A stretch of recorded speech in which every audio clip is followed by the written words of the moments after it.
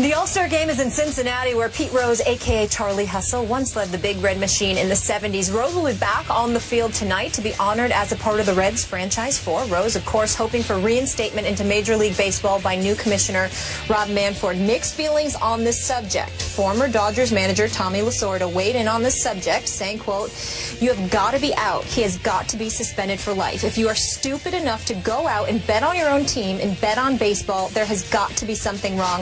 If my brother did it, I would say the same thing."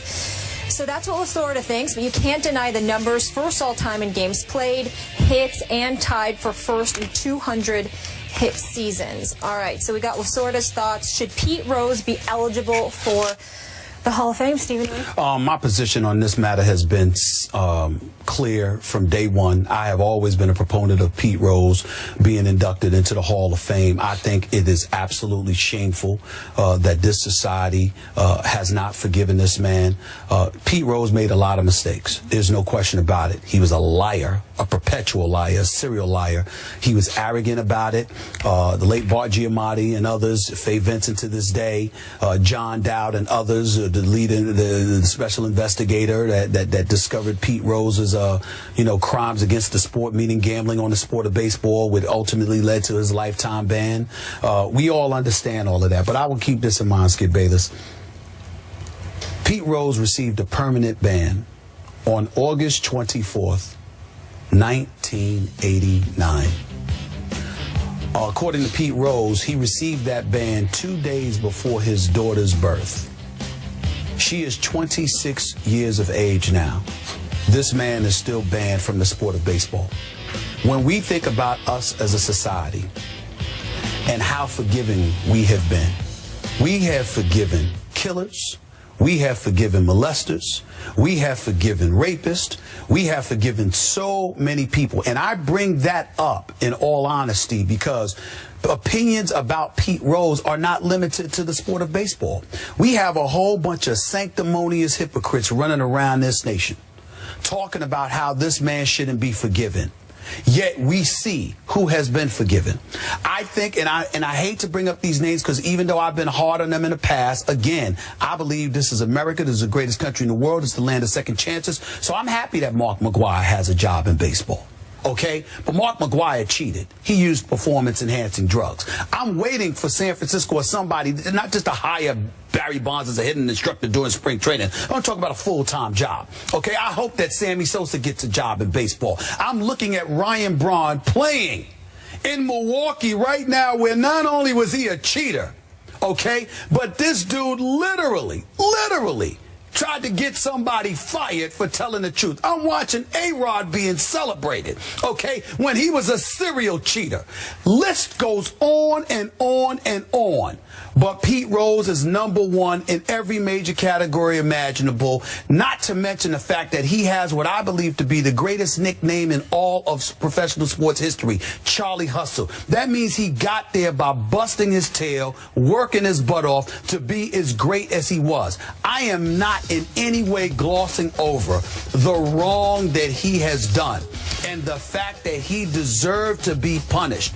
But I just remember, and I wasn't happy, and I'll leave it at that, but I wasn't happy when ESPN came out with a report just a couple of weeks ago about Pete Rose and documents talking about he bet on the game as a player, the timing of it all. I didn't like it one bit, to be quite honest with you, but it is what it is. We're a news organization as well, and that comes with the territory. But my issue with it is that you got all-stars. Didn't Nelson Cruz test positive for performance-enhancing drug use? And this brother is an all-star and being celebrated and revered. And we're talking about kids showing up at this game to celebrate the home run derby, the all-star game, and all of this other stuff. We want to bring that up, okay? But not only will we not forgive Pete Rose, but we keep reminding the world as to why we won't forgive him. So we don't want to let kids forget him and the wrong that he did. But we want to gloss over performance-enhancing drug use going on today.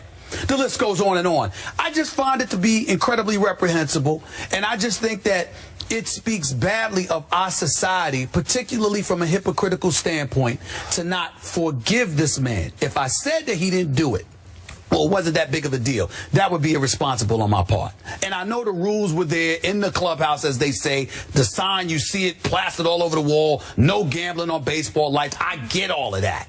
But my God, this was 1989.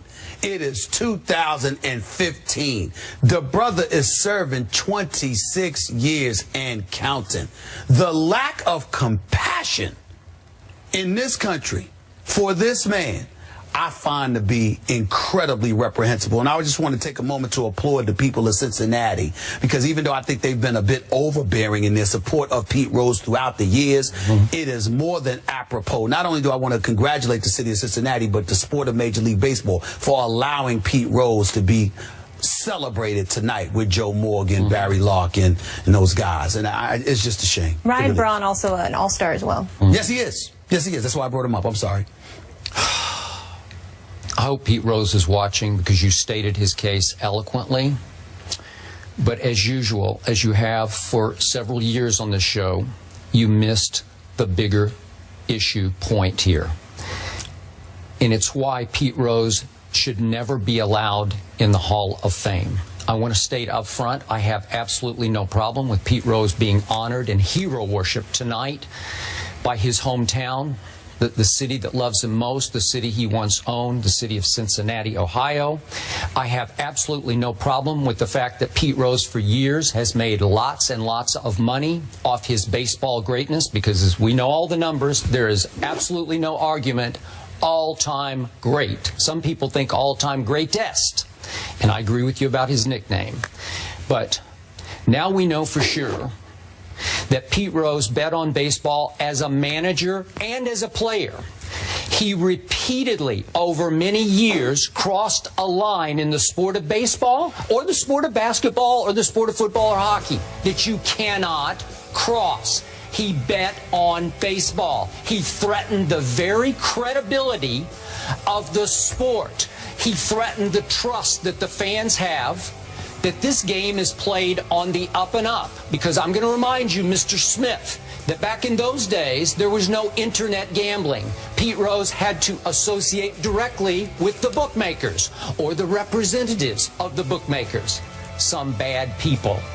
And he risked falling into the trap that many athletes in the past fell into. They got into a gambling debt hole, and to get out of it, they had to throw games. What was the biggest scandal this sport has ever suffered? You can throw at me the steroid era. I will throw back at you the 1990, I know it was way before. 1990 Black Sox 1919 Black Sox scandal. Got it. In which members of one team in the World Series opted to take payouts to throw World Series games. You just cannot risk it. And Pete Rose risked it. And trust me on this, even though we don't have any proof that he bet against his team, it really didn't matter to the bookmakers or the gamblers who were watching closely. Because on the days that Pete Rose opted not to bet on his team as a player, they're thinking, aha, he's not betting on today's starting pitcher because he doesn't trust today's starting pitcher against that team. So you're sending messages behind closed doors that way to the gamblers. You're associating with all the wrong people. And what happened was Pete Rose became the poster boy for just how seriously baseball is going to take betting on baseball if you're involved in the baseball game. For years, for decades now, all those 26 years you talked about, the message got sent through the face of Pete Rose for generation upon generation: this will not be tolerated. Actually, Pete Rose has served a great purpose for the game that he loves.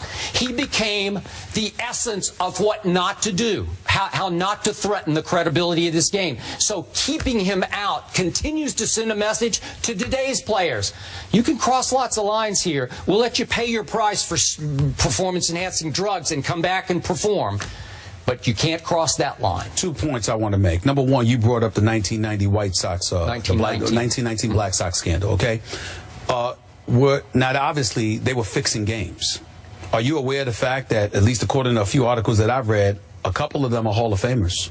A few of them. So you have members of the Black Sox scandal fixing games that are in the Hall of Fame. So to me, that shreds that argument against but Kennesaw Mountain Landis, the commissioner, just threw him out of the game. I understand he threw him out of the game, but I guess what I'm trying to say is that we're talking about, there are two issues with Pete Rose: whether or not he should be allowed to return to the game of baseball, be employed in some capacity, and to me, him being on Fox Sports as a baseball analyst is good enough for me. But I'm saying in terms of him as a Hall of Famer, what you are trying to do is make sure that the books completely wipe and eradicate any record of the greatness that Pete Rose displayed on the field. By the way, are the networks willing to give that money back? Is the sport of baseball willing to give the money back that they generated from his exploits on the field when he was doing what he was doing? Whether it's eclipsing Ty Cobb's all-time hits record or doing the things that he's done. No, I'm saying he got paid. I'm talking about the sport and how they benefited from the exploits of Pete Rose. I don't think that they're doing so. And we have to keep that in mind. You've got folks from the Black Sox scandals who are in the Hall of Fame, but we also have to keep in mind this, Skip Bayless. When you talk about Pete Rose and the sport that he helped uplift and what have you, think about this reality. So many times we've heard people say, if Pete Rose had just apologized, if Pete Rose had come clean, if Pete Rose had admitted, etc., he would have been forgiven by now. I'm sorry. Then that means that there's wiggle room to whatever policy you want to implement. I'm just telling you what they say. We see it all the time. We see it all the time that he is denigrated and excoriated because of how he conducted himself during the investigation and thereafter. Well, I'm just saying, these are from the people that are directly involved. Whether it's a Faye Vincent, whether it's a John Dow, well, not Giamatti, but whether it's a Faye Vincent, the John Dows of the world, and others, they have said the manner in which he conducted. We've got great reporters like Jason Stark, like Buster Olney, like Tim Kirkchin and others who have religiously talked about how part of the problem is how he conducted himself. I am simply saying that gives at least the impression that there's some wiggle room. And the fact that there seems to be no wiggle room when it comes to Pete Rose is because of the vitriol he's generated because of his behavior, not just the gambling. And that's where my point about forgiveness comes in. Let it go. He messed up. Let it go. You know what? You keep using the word forgiveness. I think everybody forgives him. But no one wants to forget what he did. They don't want to let today's generation forget. Hall of Famer Pete Rose deserves to be there because he produced on the field. That should never be erased. You don't want to let him back in the game and give him a salary, that's fine. But you should not be allowed to deny the greatness that somebody gave to us for over 20 years in Major League Baseball. That in itself is just as big of a crime to me. Okay, and last quick point to your Black Sox point. They're not in my Hall of Fame, in my mental Hall of Fame. Sure. Okay. All right.